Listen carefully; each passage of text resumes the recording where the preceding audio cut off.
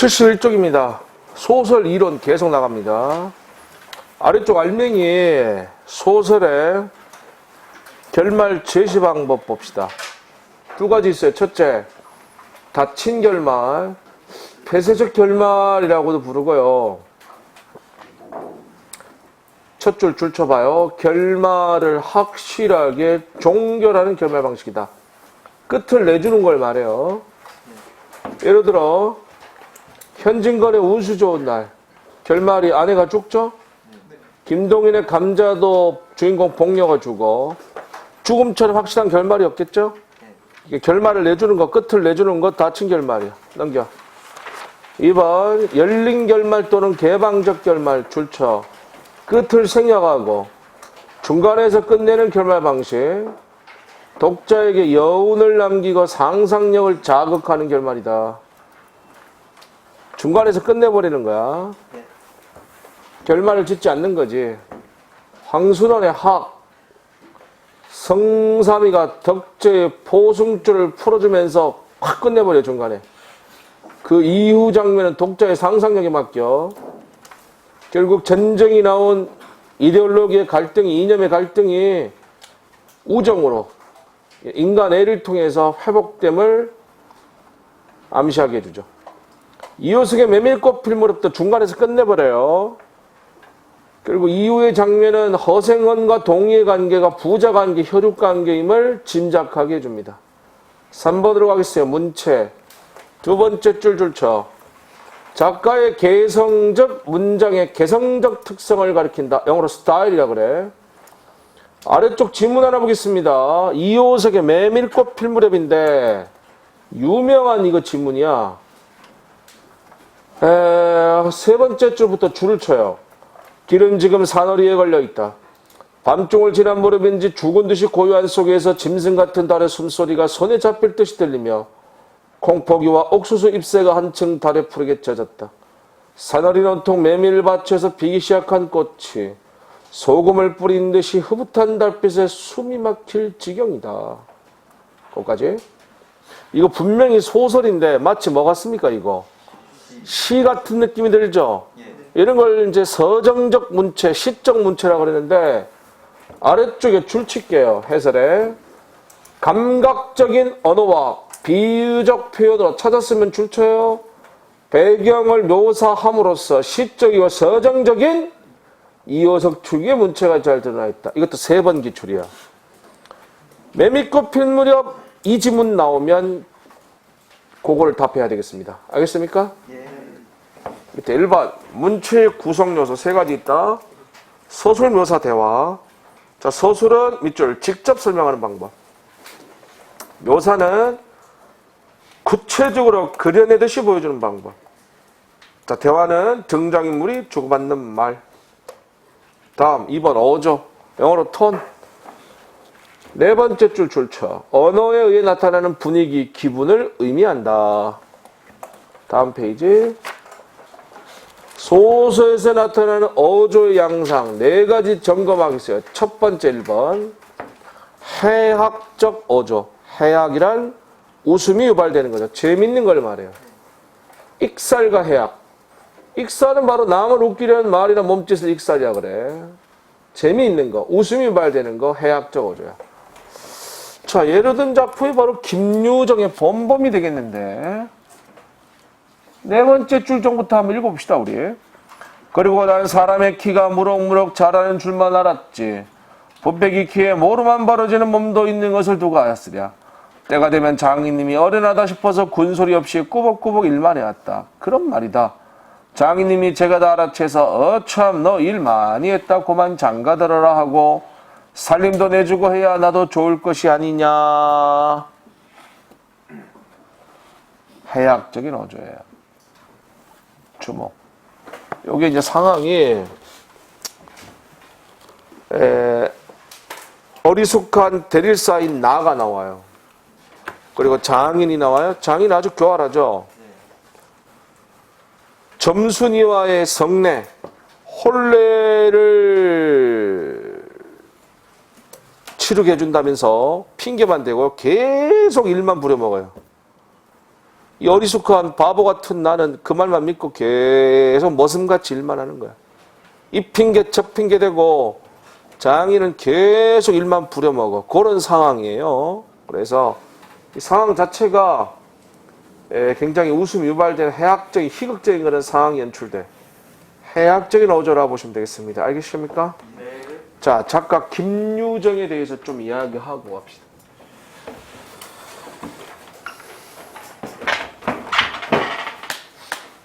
이 김유정이라는 작가가 있는데 이 김유정 하면 바로 해학이에요. 이 사람은 바로 이런 해학적인 어조다라고 봐도 돼. 천재 소설가입니다. 김유정에 대해서 조금 얘기할게. 1908년에 태어나서 1937년에 죽는데 29살의 짧은 나이의 여자랍니다. 개인적으로 좀 아쉬운 게 김유정이가 좀 오래 살았어야 됐어. 좀 오래 살았으면 아마 한국의 셰익스피어 어마어마한 그런 대작가가 됐을 거예요. 그가 소설을 쓴 거는 죽기 전에 20대 후반에 한 3년 정도밖에 안 되는데 그 3년 동안에 아주 주옥 같은 명작들을 남겨요. 김유정이 가지고 있는 지론이 뭐였냐? 소설은 재밌어야 한다는 거야. 절대 공감합니다. 재밌어야 되죠? 네. 해학적인 어조를 즐겼습니다. 김유정의 주요 작품을 살펴볼게요. 옆에다 메모하세요. 봄봄 대표작이고 동백꽃,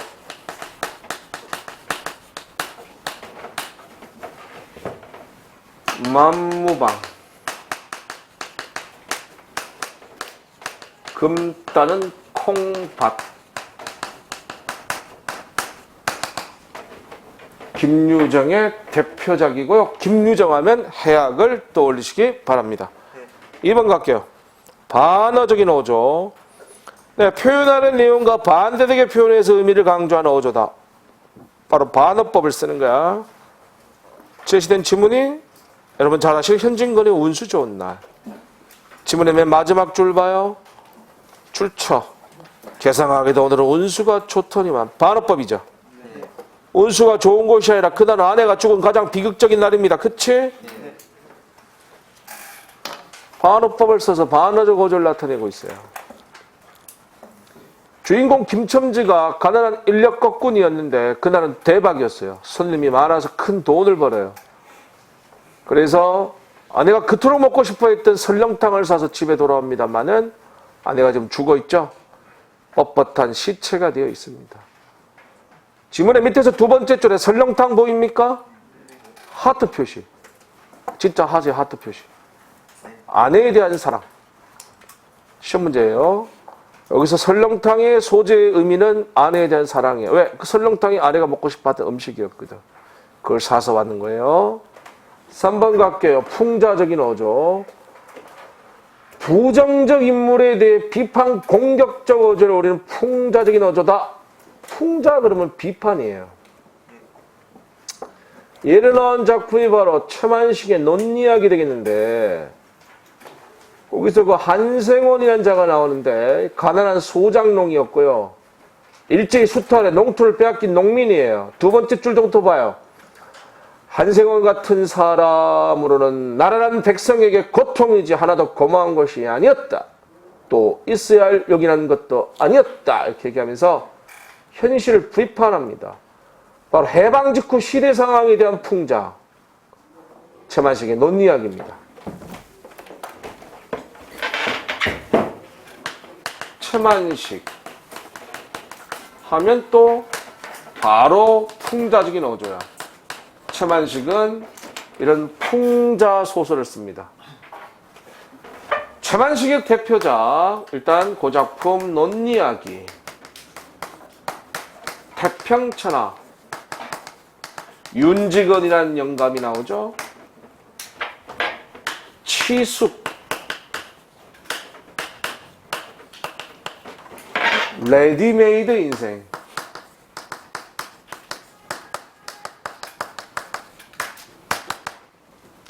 이런 작품들이 최만식의 주요 작품이에요. 모두 다 풍자적 어조의 풍자소설입니다. 키워드 한번 잡고 갑시다. 자, 김유정 하면 뭐라고요? 최만식 하면 뭐라고요? 기억하세요. 다음 4번 냉소적인 어조.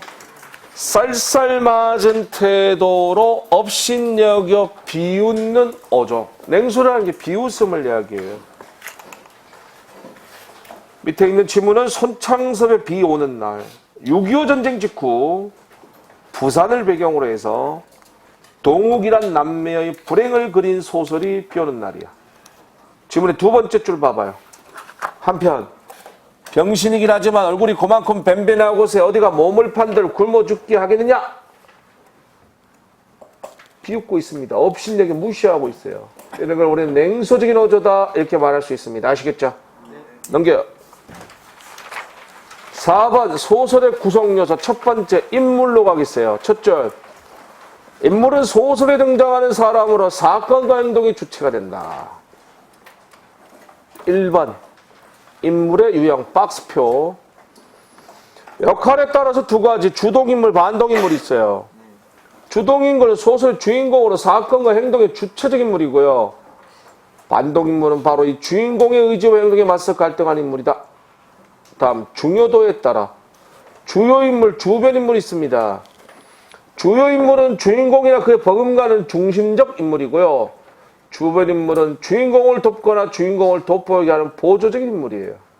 다음 특성에 따라 전형적 인물, 개성적 인물이 있습니다. 계층, 직업, 세대를 대표하는 대표성 지닌 인물, 유형적 인물이라고도 합니다.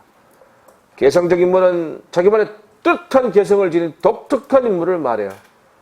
다음 성격 변화 양상에 따라 평면적 인물, 입체적 인물이 있어요.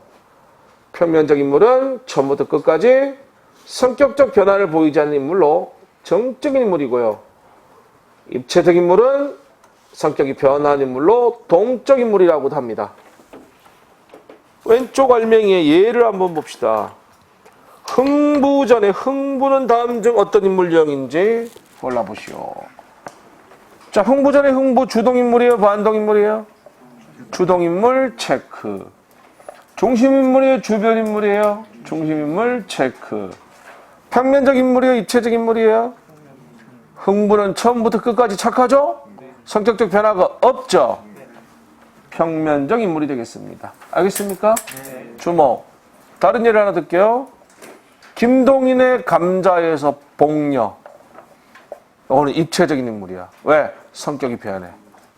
복녀는 원래 착한 여자였는데 가난 때문에 주변 환경의 영향을 받아서 타락한 인으로 성격이 변화돼. 그렇게 성격이 변화되는 건 입체적인 인물이다. 알겠습니까? 네. 다음 2번. 인물의 성격 제시 방법 별표. 직접적 제시와 간접적 제시가 있습니다. 먼저 왼쪽이 알맹이의 박스표의 별표. 박스표를 먼저 보세요. 거기 정리되어 있어요. 먼저 직접적 제시는 말하기 텔링 되겠고요. 두 번째 게 중요하니까 밑줄. 직접 설명 서술하는 거야. 설명적 제시, 분석적 제시, 해설적 제시라고도 하고, 장점은 사건 전개 속도가 빨라요. 단점은 단조로운 경향이 있다.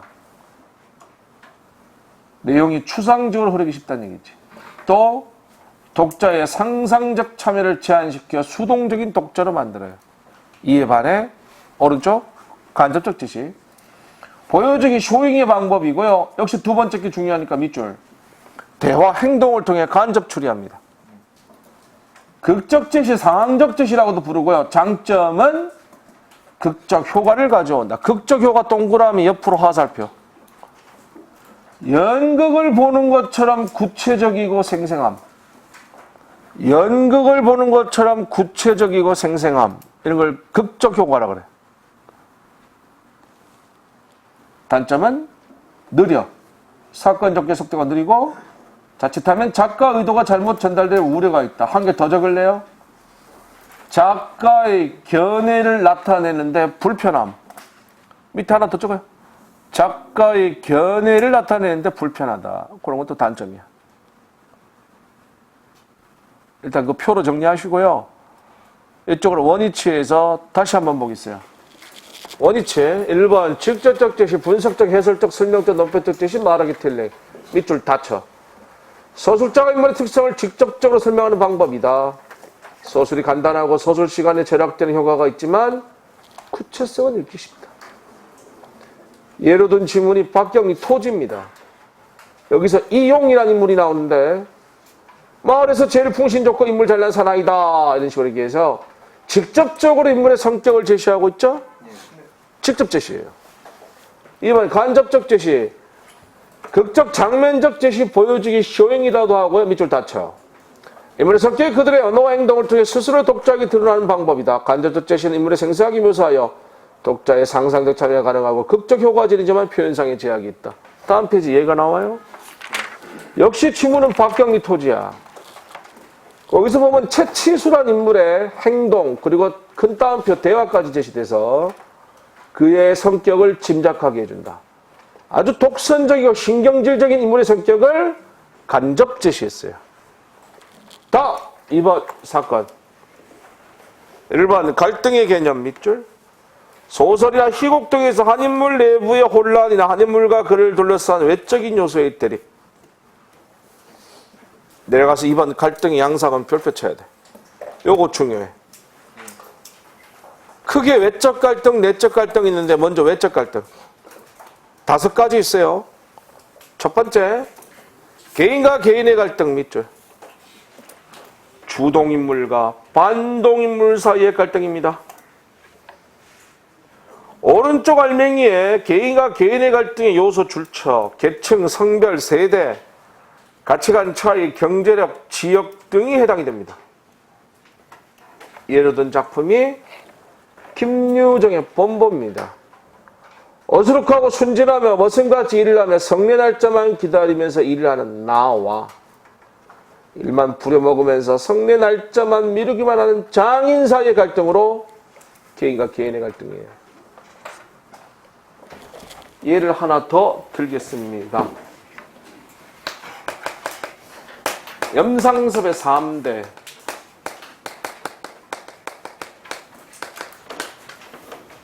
세 명이 나옵니다. 조이간, 조상훈,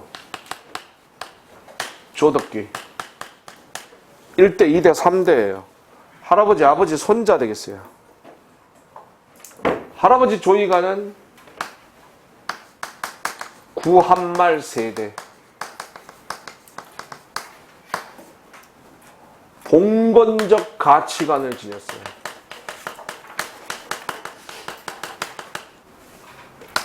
가문과 제사를 중시하는 아버지 조상훈, 계약이 세대.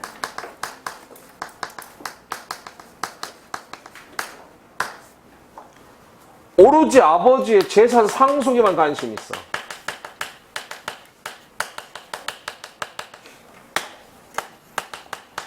도덕적으로 타락했어요. 손자 조덕기, 식민지 세대.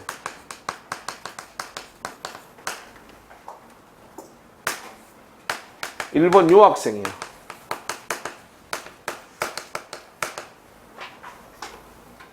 자신의 학업에만 관심이 있다.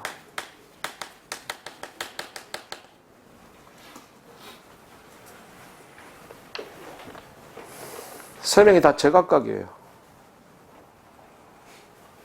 가치관의 차이입니다. 가치관의 차이. 세대 간의 갈등이라고 보시면 되겠습니다. 알겠습니까? 네. 세대 간의 갈등이다. 세대가 다르다는 얘기지. 세대 간의 갈등. 개인과 개인 간의 갈등입니다. 알겠습니까? 그리고 조덕기, 김병하. 3대에 나오는 또 하나의 갈등이야. 이 조덕기는 쉽게 말해 재벌 3세예요. 부르주아야. 부르주아라고. 가진 자야. 김병환은 가난한 지식인이야. 프롤레타리아.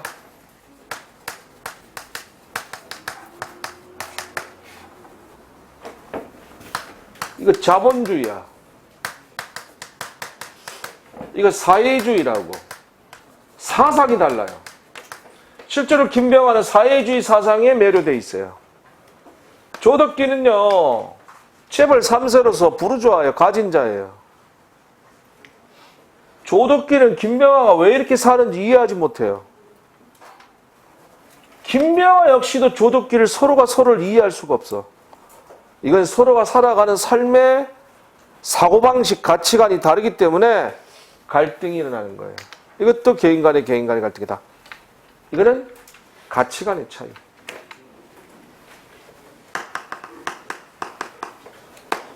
세대 간의 차이. 이거는 가치관의 차이. 모두 개인과 개인의 갈등 양상입니다. 예를 추가로 들었습니다. 원위치 두 번째 니은. 개인과 사회의 갈등 밑줄. 개인이 살아가면서 겪는 사회윤리나 제도와의 갈등입니다.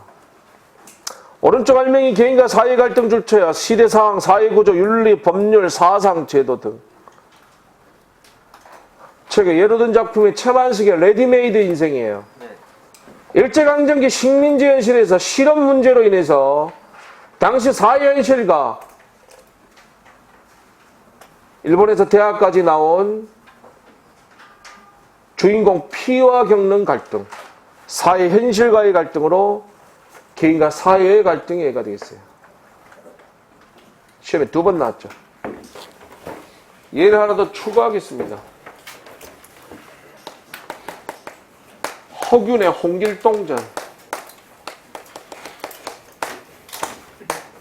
고전소설이야. 홍길동이 나옵니다. 인물이 되겠죠. 홍길동은 서자입니다. 첩의 소생이야.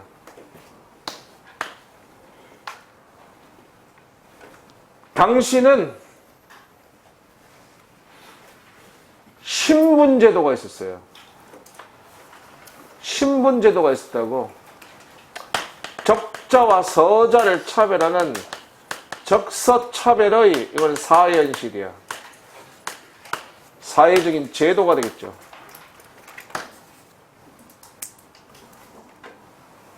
그래서 당시 사회현실 신분제도와의 갈등을 빚게 되는 거야. 인물, 개인이라고 합시다. 한 인물, 개인과 사회와의 갈등이 되겠습니다. 알겠어요? 다. 세 번째. 개인과 운명의 갈등 밑줄. 개인의 삶이 운명에게 결정되거나 파괴되는 데서 겪는 갈등이에요. 오른쪽 알맹이 개인과 운명의 갈등 밑줄, 사주, 팔자, 운수 같은 거. 즉 예로 든 작품이 김동리의 역마 되겠어요. 이 제목에 역마라는 게 떠돌이 운수, 역마사를 얘기하거든. 주인공 성기가 타고난 운명인 역마살 떠돌이 운수를 타고났어요. 그것을 극복하려 가진 노력을 합니다만은 결국에는 극복하지 못하고 자신의 운명을 받아들여요. 수용함으로써 화개장터를 떠나 엿장수가 된다. 운명을 수용함으로써 삶이 구원돼요. 개인과 운명의 갈등이다. 계속 네 번째, 개인과 자연의 갈등. 밑줄. 개인과 자연적 재해로 인한 갈등이 오른쪽 알맹이 개인과 자연의 갈등 밑줄, 홍수, 가뭄, 태풍. 예를 든 작품이 김정한의 모래톱 이야기. 홍수란 자연적 재해로 인해 섬 주민들의 생존권이 위협받는 갈등을 빚게 돼요. 다음, 다섯 번째, 개인과 사회와 사회의 갈등. 밑줄, 집단과 집단 간의 이해관계로 빚어지는 갈등이에요. 김정한의 사촌에서 보광리 가진 자들과 성동리 목 가진 자들 사이의 집단 간의 갈등, 사회와 사회 갈등이에요. 다섯 개가 외적 갈등의 양상이다. 그 다음 2번 내적 갈등 밑줄 짝. 한 개인의 내면에서 갈등이 일어나는 경우로 서로 다른 욕구의 충돌로 인한 주로 개인 내부의 심리적 모순과 대립에 대한 갈등이다. 바로 심적 갈등, 심리적 갈등이 내적 갈등이에요. 예를 들겠습니다.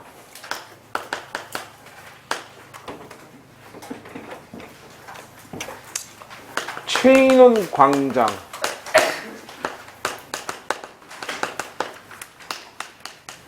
주인공 이명준이 나오는데 주인공 이명준의 내적 갈등이 나타난다. 여기서 주인공 이명준이 거제도 포로 수용소에서 수감되고 남측 설득자와 북측 설득자로부터 선택을 강요받게 돼. 남으로 갈 것인가 북으로 갈 것인가 심한 심리적 동요를 일으키게 돼. 주인공 이명중의 광장은 남쪽도 아니고 북쪽도 아니었어. 여기서 내적 갈등이 일어나게 된다. 알겠니? 네. 결국 그가 택한 건 뭐였어요? 중립국행위였어요. 남도 아닌 북도 아닌 중립국행위였다. 그래서 마지막에 결국 자살하죠. 인도로 가는 턱으로 의해서 스스로 목숨을 끊게 돼. 한 개 더. 김만중 군몽. 여기서 역시 주인공 성진의 내적 갈등.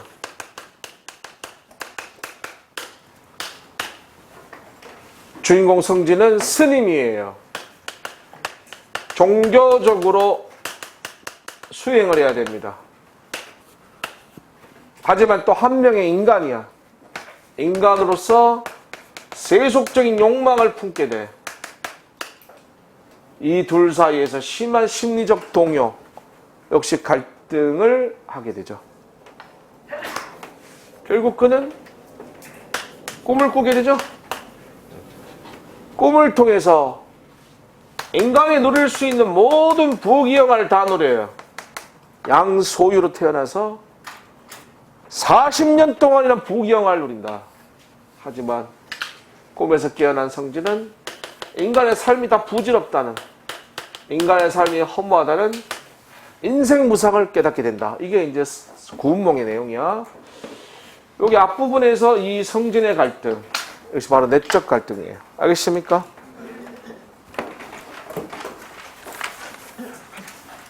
갈등이었습니다. 네, 여기까지 하겠습니다.